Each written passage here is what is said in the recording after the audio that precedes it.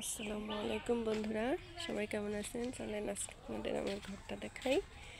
এই তো হচ্ছে আমার ঘর। আমি এখন ঘরের ভিতরে যেতেছি।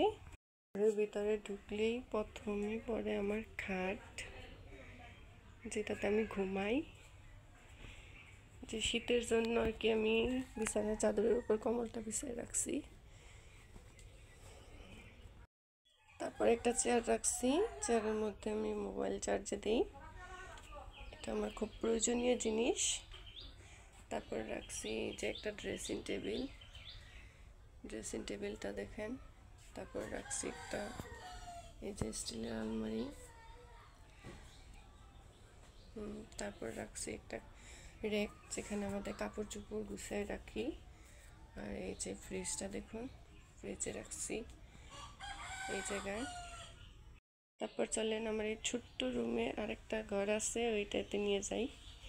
এই যে প্রথমেই রাখছি আমার ভাত খাওয়ার টেবিল। এখানে আমি বসে ভাত খাই। তারপরে এই যে এইখানে আমি আমার ভাত তরকারি রাখি। তারপরে এই যে এখানে আমি হাঁড়ি পাতিলগুলো গুছাই রাখি। তারপর একটা ছোট্ট র্যাক রাখছি, এখানে আমি আমার টুকিটাকি জিনিসপত্র গুছাই রাখি আর কি।